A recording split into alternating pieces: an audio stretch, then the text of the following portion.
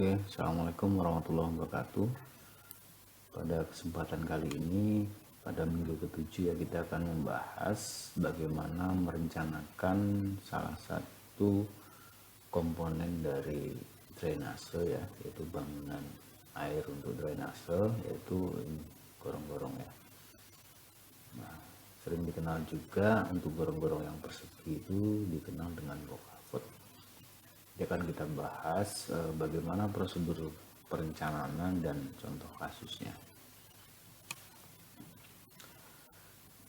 Nah, ini data sebelumnya ya saat perencanaan saluran, gitu ya.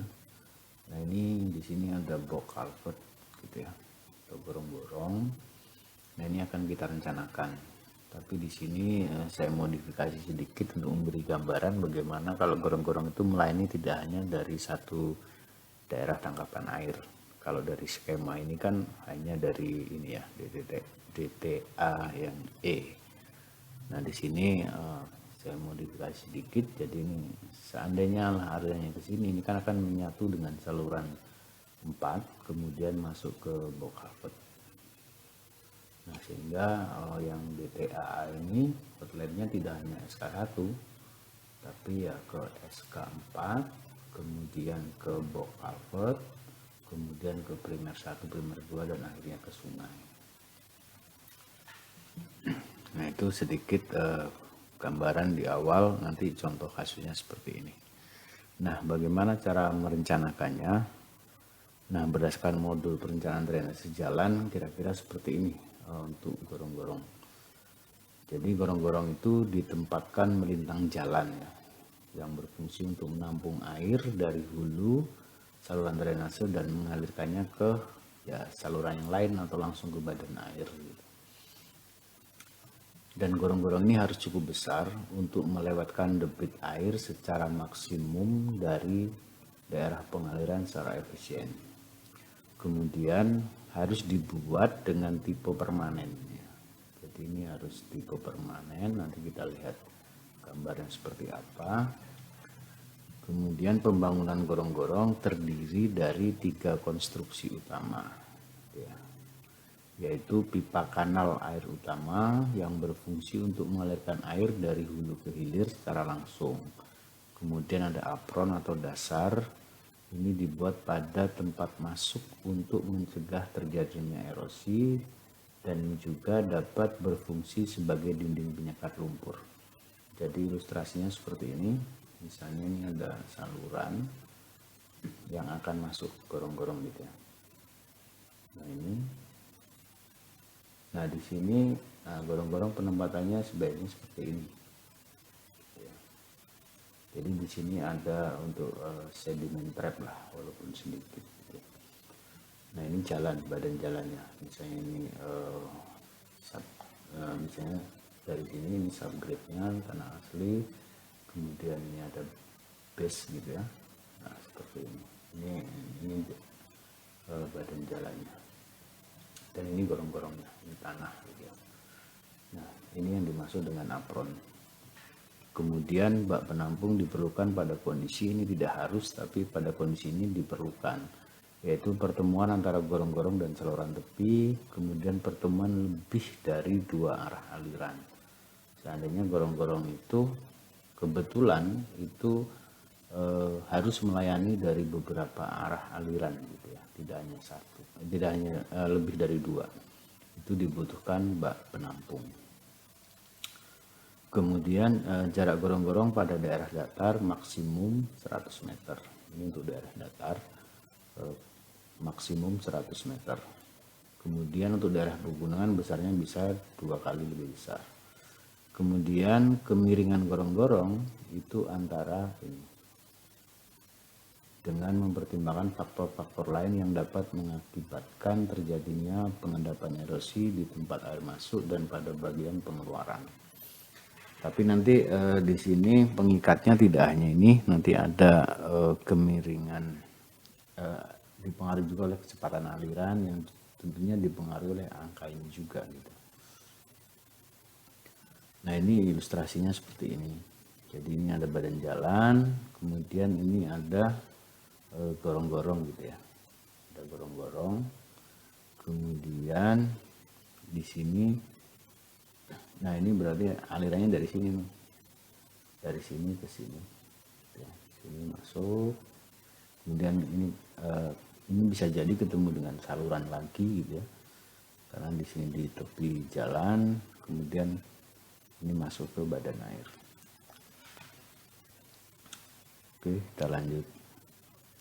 Oke, sebentar sebelum lanjut, di sini ya kemiringan ini juga harus mempertimbangkan sebenarnya adalah kemiringan asli tanahnya ya. Artinya ini bisa jadi tidak tercapai saat elevasi di dasar saluran hulu ini ya, itu dengan di sini tidak beda signifikan. Tapi kalau beda signifikan ini bisa tercapai. Kemudian tipe dan bahan gorong-gorong yang permanen dengan desain umur rencana. Nah, terkait umur rencana itu nanti kaitannya dengan ini. Umur rencana untuk periode ulang atau kalau lang hujan untuk perancangan gorong-gorong disangkakan dengan fungsi jalan. Jadi dia dipasang di mana gorong-gorongnya. Kalau jalan tol menggunakan ini. Kalau ulang 25 tahun ini nanti pengaruhnya nilai ini adalah ke intensitas hujan sebenarnya. Kemudian untuk daerah-daerah yang berpasir, bak kontrol dibuat atau direncanakan sesuai dengan kondisi setempat. Dia termasuk apron tadi. Kemudian perhitungan dimensi gorong-gorong mengambil asumsi saluran terbuka. Masih ingat ya, jadi saluran terbuka itu menggunakan persamaan ini A kali V, kemudian V-nya itu menggunakan persamaan Manning ya. Jadi 1/n kali R pangkat 2/3 kali S pangkat setengah. Nah, A-nya ini tergantung dari penampang melintangnya.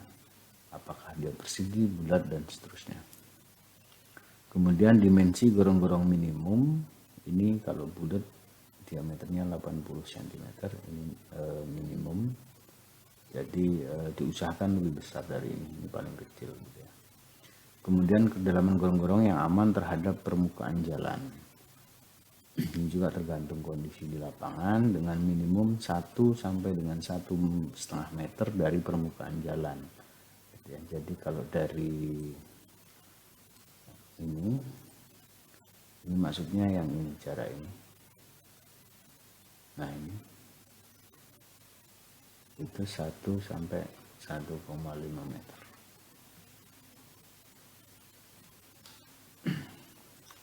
Kemudian kita lanjut. Nah ini kira-kira bentuk-bentuk dari gorong-gorong. Jadi ini yang bentuknya pipa, ini bisa tunggal atau lebih gitu ya. Ini bahannya bisa macam-macam. Bisa metal, beton, dan betonnya bisa beton bertulang gitu ya, bisa beton tumbuk, besi cor dan yang lainnya. Dan beton bertulang ini bisa konvensional, bisa juga precast. Gitu. Kemudian pipa lengkung tunggal atau lebih gitu ya, bisa seperti ini. Nah ini biasanya kalau yang punya seperti ini adalah metal. Kemudian ini yang gorong-gorong persegi atau sering disebut di lapangan itu box culvert. Itu bentuknya tentunya box gitu ya, ini persegi ini. Nah ini yang umum adalah beton bertulang. Ini juga bisa beton konvensional atau precast. Nah yang di sini yang pipa ini kalau beton itu biasanya disebut juga buis beton. Nah kemudian di dalam gorong-gorong itu diusahakan kecepatannya 0,7 meter per detik atau lebih gitu ya. Ini maksudnya adalah agar di dalam gorong-gorong itu tidak terjadi ini sedimentasi. Kalau terlalu lambat alirannya kan bisa saja sedimen layang itu mengendap menjadi sedimen atau bedrock. Kemudian di sini juga kecepatan maksimum, jadi ada batasan dalam gorong-gorong itu kecepatan minimum dan maksimumnya gitu ya. Jadi minimumnya sekian 0,7, maksimumnya berapa, ini sangat tergantung dari kondisi ini material saluran atau dasar saluran di hilir gorong-gorong. Jadi ini misalnya di hilir itu yang sini ya. Jadi yang berpengaruh di sini. Di sini materialnya apa? Kalau di sini materialnya beton juga, kecepatannya ya boleh tinggi. Tapi kalau dia tanah dan tanahnya pasir misalnya, ya nggak bisa terlalu cepat gitu. Nanti kita lihat tabelnya. Nah ini tabelnya. Nah, makanya dia kalau material dasar saluran di bagian hilir itu gampang tererosi, di sini ya kecepatannya tidak boleh terlalu tinggi, kecepatan maksimumnya gitu ya. Kemudian yang agak stabil, gravel misalnya, dia bisa lebih tinggi, lempung, dan yang boleh tinggi, yang alam ya, saluran alam itu kalau dia ketemu saluran yang batuan. Itu. Kemudian kecepatan keluaran rata-rata yang lebih kecepatan maksimum diizinkan di atas, maka harus diberikan beberapa jenis perlindungan gitu ya. Jadi kalau misalnya dasarnya tanah, dia tidak, kemudian dalam perencanaan gorong-gorong tidak bisa mengecilkan saluran, mengecilkan kecepatan air di dalam gorong-gorong, tentunya di daerah hilir dari tempat keluarnya air dari gorong-gorong yang langsung berkenaan dengan saluran itu ya harus dibuat perlindungan gitu ya untuk ini erosinya, untuk mencegah erosi. Kemudian faktor utama yang mempengaruhi kecepatan keluaran adalah kemiringan ya. Jadi semakin miring saluran itu, dia akan semakin cepat alirannya dan juga kekasaran dari gorong-gorong. Tapi yang paling signifikan adalah tentunya ini kemiringannya. Kemudian dari sisi hidrolik, ukuran gorong-gorong itu direncanakan sesuai dengan debit ya, debit rencananya dan lokasi gorong-gorong itu. Jarak antara gorong-gorong bulat berganda ini. Penggunaan gorong-gorong bulat berganda itu jaraknya dibuat agar adukan pasangan atau beton dapat dengan mudah dikerjakan. Bulat berganda itu misalnya di sini butuh tunggal masih kurang gitu ya dimensinya. Ya ini harus dibuat lagi, tapi harus dipertimbangkan jarak antara unit ke satu dan seterusnya, sehingga ini masih bisa dikerjakan. Ini seandainya dikerjakan langsung di lapangan, tapi kalau dia precast tentunya tidak masalah. Kemudian penentuan tebal bantalan atau urukan. Tebal bantalan atau pemasangan gorong-gorong tergantung pada kondisi tanah dasar dan berat gorong-gorong dan beban kerja di atasnya. Nah ini sudah masuk ke bagian struktur ya. Jadi itu jalan apa, kemudian jarak dari perkerasan ke top atau bagian atas dari gorong-gorong itu berapa. Nah itu kan akan bisa dihitung gaya yang bekerja di gorong-gorong. Nah ini masalah struktur. Kemudian tembok kepala dan tembok sayap pada gorong-gorong ini dimaksudkan untuk melindungi gorong-gorong dari bahaya longsoran tanah yang terjadi di atas atau samping gorong-gorong. Wing wall atau head wall-nya fungsinya itu. Nah ini ilustrasinya seperti ini. Jadi A dan B itu adalah dinding ujung gorong-gorong, dinding sisi apron, ya ini yang A dan B ya.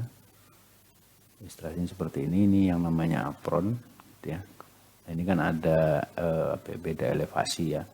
Jadi di gorong-gorong tidak di dasar langsung gitu, ada ke atas sedikit. Kemudian yang C ini adalah dinding ujung gorong-gorong. Ya. Nah ini sebenarnya untuk perlindungan tadi yang dimaksud perlindungan. Kemudian yang D dinding ujung gorong-gorong bata dan apron beton. Nah, jadi sangat tergantung positioning dari gorong-gorong terhadap saluran itu menentukan ini material yang digunakan untuk membuat perlindungan dari saluran. Nah kita masuk ke contoh ya.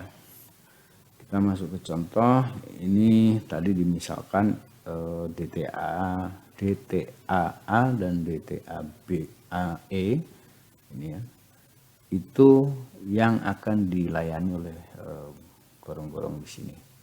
Jadi air dari DTAA ke saluran 1, DTAA ke saluran 4, dan dari saluran 1 masuk ke 4, akhirnya dia akumulasi masuk ke BC. Nah ini misal ya, ini misal, tapi kalau di perencanaan sebenarnya tentunya harus dihitung intensitasnya berapa, C rata-ratanya berapa, kemudian intensitas hujan dengan skala ulang tertentu berapa, baru bisa dihitung, dapatlah ini misal. Di DTAA dapat 2,3 meter kubik per detik, DTAE debit yang harus dilayani sekian, sehingga yang akan dilayani oleh gorong-gorong sekian. Ya, 5,1 meter kubik per detik. Nah kemudian kebetulan misal ya di dasar saluran hilir, jadi saat gorong-gorong itu keluar ketemu saluran hilir yang dasar salurannya itu ini lempung keras, sehingga di sini kecepatan maksimum yang diizinkan itu maksimal 2 gitu ya, 1,5 sampai 2 meter per detik. Ini dari mana? Dari tabel tadi ya. Kemudian di sini misal direncanakan gorong-gorong persegi atau box culvert, materialnya beton pracetak yang nilai N-nya tentunya segini. Bisa dilihat di tabel di materi sebelumnya. Nah kemudian di pasaran itu yang tersedia ini misal, gitu ya. Atau molding yang kita punya ini, gitu. Untuk cetakan box culvertnya ini misalnya. Nah ya harus disesuaikan. Dan kemudian di sini dari topografi atau layout drainasenya, box culvert terletak di sini. Ini bagian hulu box culvert, ini bagian hilir box culvert. Nah elevasi titik 1 itu sekian, ini elevasi titik 2 sekian, sorry ya ini belum diganti, ini elevasi 2. Nah jarak dari 1 ke 2 titik ini gitu ya, itu 14 meter. Nah maka kemiringannya bisa dihitung atau slope-nya ya, kemiringan asli gitu ya. Ini belum kemiringan gorong-gorong ya, ini masih kemiringan maksimum yang memungkinkan untuk digunakan sebagai kemiringan gorong-gorong. Jadi gorong-gorong ya tidak akan bisa kemiringannya lebih dari sekian. Gitu ya. Nah, cara menghitungnya adalah elevasi di titik yang lebih tinggi dikurang elevasi di titik yang lebih rendah dibagi jaraknya sehingga dapat sekian atau 1,43%. Ya, jadi kemiringan maksimumnya mungkin segini. Nah dari sini berdasarkan data yang tadi ini ya, box culvert yang ada di pasaran itu kita tentukan dimensi. Misalnya kita ambil dulu yang dimensi ini. Nah ini kenapa saya kasih notasi HT tingginya ya. Jadi box culvertnya kita ambil yang dimensi ininya segini. Jadi ini 1 meter, yang ini 1,5 gitu ya. Nah dari sini kenapa ini kasih HT, karena kita dalam perencanaan karena menggunakan persamaan saluran terbuka, tentu ini tidak boleh sampai penuh dalam perencanaan gitu ya. Makanya ya di sini airnya nanti gitu. Nah berapa ya dimisalkan saja, diambil angka berapa gitu ya, untuk tinggi atau kedalaman alirannya gitu. Nah di sini kita tentukan atau kita ambil itunya kedalamannya 0,8 HT sehingga dia dapat 80 cm. Nah dari data ini karena persegi ya langsung bisa kita hitung luas penampang basahnya ini ya, berarti 1,5 dikali 0,8 dapat 1,2. P nya piling basahnya H plus B plus H atau B plus 2H dapatlah 3,1, sehingga R nya ya A per P dapat sekian. Nah dari sini lalu kita masukkan ke persamaan umumnya. Sama tadi kan Q sama dengan V kali A. Sehingga dari sini ya V sama dengan Q per A. Q-nya 5,1, kemudian A-nya 1,2 ini. Sehingga dapat kecepatannya sekian. Ini kalau kita pasang box culvert ini akan dapat kecepatan sekian. Nah, kita cek di syarat gitu ya. Kecepatan minimum 0,7 berarti memenuhi. Karena kecepatan hasil perhitungan lebih dari kecepatan minimum. Berarti oke. Tapi di kecepatan maksimum, nah ini kecepatan maksimum yang diizinkan 2 meter per detik. Sedangkan hasil perhitungan 4,25, tentunya ini tidak memenuhi. Nah, saat tidak memenuhi apa yang dilakukan? Tentunya ya ini yang diganti. Nah, ini tadi kan kita ambil yang ini. Oh, berarti nggak bisa pakai ini satu gitu. Kalau dua gimana? Atau cari yang tipe yang lain gitu ya. Atau cari yang tipe yang lain. Nah, untuk itu ya kita cek lagi. Kita cek dengan persamaan yang sama sebenarnya. Ini juga dari persamaan Q sama dengan A kali V. Sehingga dari sini kita akan bisa menentukan A kebutuhan atau A minimumnya berapa, itu dari Q per V. Nah, kita sudah ada tadi ini dua ini apa adalah kecepatan maksimumnya. Sehingga A yang paling kecil atau A minimum yang bisa adalah Q per V atau 5,1 per 2 sekian. Jadi penampang basah yang dibutuhkan itu minimal sekian. Lebih besar bisa, lebih kecil tidak bisa gitu. Nah, dengan H yang sama gitu ya, dengan nilai kedalaman air yang sama, maka kita bisa menghitung kebutuhan lebar dasarnya berapa yang dibutuhkan. Dari ini luas minimum dibagi H rencananya atau kedalaman air rencana, dapatlah sekian. Nah, dari sini kita bisa memilih gitu ya. Kalau kita tentukan ini dua box culvert dengan ukuran ini masih kurang kan. Ini baru 3,0. Kalau ini 2, 4,0 terlalu besar. Oh, berarti yang kalau ini 3 juga, ini ya besar juga, 4,5. Oh, berarti yang paling efektif mungkin ini 1,2 kali 3, 3,6. Nah, makanya ini diambil ini. Nah, karena mengambil ini tentunya ini kita hitung ulang A, P, dan R-nya. Dapat angka ini. Nah, setelah dapat angka ini ya kita cek ulang gitu ya. Kita cek ulang. Ini dari persamaan yang sama, persamaannya ini juga gitu ya. V sehingga V sama dengan Q per A. Q-nya tetap 5,1, A-nya berapa? A-nya yang ini. Gitu ya. Dapatlah kecepatannya sekian. Nah, cek di syarat minimumnya memenuhi dan maksimumnya juga memenuhi. Sorry, ini belum diganti. Ini udah oke. Nah, dari sini sudah oke ya. Dari dimensi box culvert dan dikorelasikan dengan kecepatan yang akan terjadi. Nah, tinggal apa yang kita cek?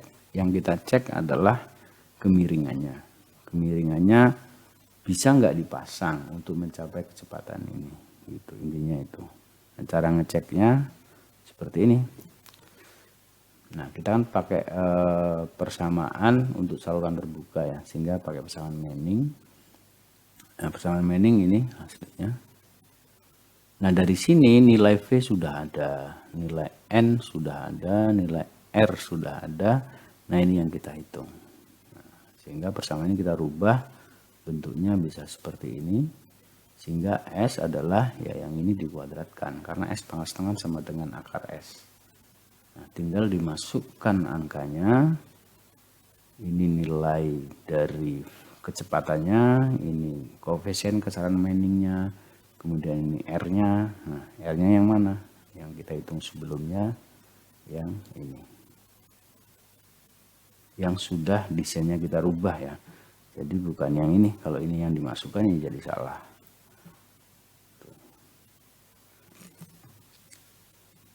Nah, dapatlah sekian 0,0037 atau dia ini kemiringan gorong-gorongnya 0,37%.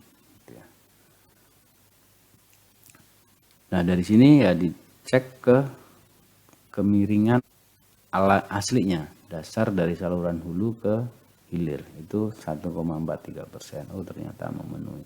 Sehingga dari sini bisa dipasang untuk mengalirkan debit 5,1 meter kubik per detik. Untuk kondisi ini bisa dipasang 3 gorong-gorong atau box culvert gitu ya. 3 box culvert dengan diameter 120 kali 100 cm atau 1,2 kali 1. Diilustrasikan seperti ini. Apakah harus dipasang seperti ini gitu ya? Ya tentunya tadi lihat kondisi. Kalau misalnya terpaksa harus dipasang yang desain awal gitu ya, yang kecepatannya melebihi dari kecepatan maksimum gitu ya. Ini yang kecepatannya sekian, ini tentu di daerah hilir harus dibuat perlindungan terhadap salurannya. Kira-kira seperti itu. Jadi kira-kira desain seperti itu. Setelah kalian mencoba ini, kalian bisa mengerjakan tugas ya. Tugasnya adalah merencanakan untuk yang tipe buis beton atau yang bulat. Nah, kira-kira seperti ini. Dengan data yang sama, rencanakan gorong-gorong tipe bulat gitu ya, atau pipa yang materialnya beton pracetak juga. Nah, seandainya di lapangan atau di pasaran tersedia diameter seperti ini, nah dengan cara tadi rencanakan untuk desain gorong-gorong untuk debit yang sama 5,1 meter kubik per detik gitu ya. Nah, clue-nya adalah semua caranya sama kecuali saat menghitung A, P, dan R-nya. Artinya luas penampang basahnya caranya beda, keliling basahnya caranya beda. Nah, kalau R-nya ya sama. Ini tinggal A per P. Kira-kira seperti itu. Jadi kalau kalian ilustrasinya seperti ini. Kalau hanya di sini misalnya, luas penampang basahnya kan jadi ini. Ya. Sehingga luas penampang basah ngitungnya seperti apa? Luas lingkaran utuh dikurang ini bagian yang kosong. Nah, kalian bisa ingat-ingat lagi bagaimana menghitungnya. Misal masih ingat waktu SMA belajar ada istilah tembereng ya, tembereng dan yang lainnya. Nah, kalian bisa menggunakan pendekatan itu untuk menghitung A dan P gitu ya. Kalau B tentunya adalah keliling lingkaran dikurang panjang busur ini, atau menghitung panjang busur dari sini ke sini keliling basahnya. Nah, silahkan di otak-atik tugas ini. Nanti kalau bingung bisa sampaikan melalui grup. Kalau butuh responsi nanti silahkan, nanti kita via Zoom. Terima kasih. Assalamualaikum warahmatullahi wabarakatuh.